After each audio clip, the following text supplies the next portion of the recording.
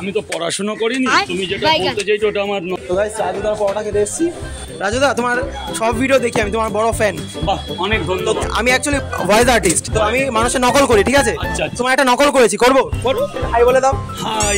তো নকলটা হলো এক প্লেটে 100 পরোটা, একটা সেক্সি ডিম, একটা হর্নি আপেল পেঁয়াজ, কত 30 নয় 7 কারণ। কি বলবে এবার? কি বললে আমি বুঝতে পারলাম না। আমি তো পড়াশোনা করিনি, তুমি যেটা বলতে চাইছো ওটা আমার নলেজে আসছে না।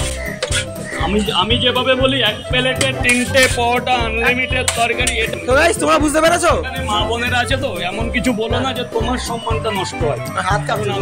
আমি একটা সম্মান নিয়ে বেঁচে আছি দীর্ঘ 12 বছর। টাকা না, সম্মান, যেটা টাকায় পাওয়া যায় না। এক সেকেন্ডের জন্য এমন কিছু করো না যে তোমার জন্য আমার এই 12 বছরের সম্মানটা নষ্ট হয়। আমি 12 বছর ধরে কিচ্ছু পাইনি, পেয়েছি ভালোবাসার এত এত সম্মান। গাইস রাজুদা চলে আসো, রিকোয়েস্ট করছি চলে আসো।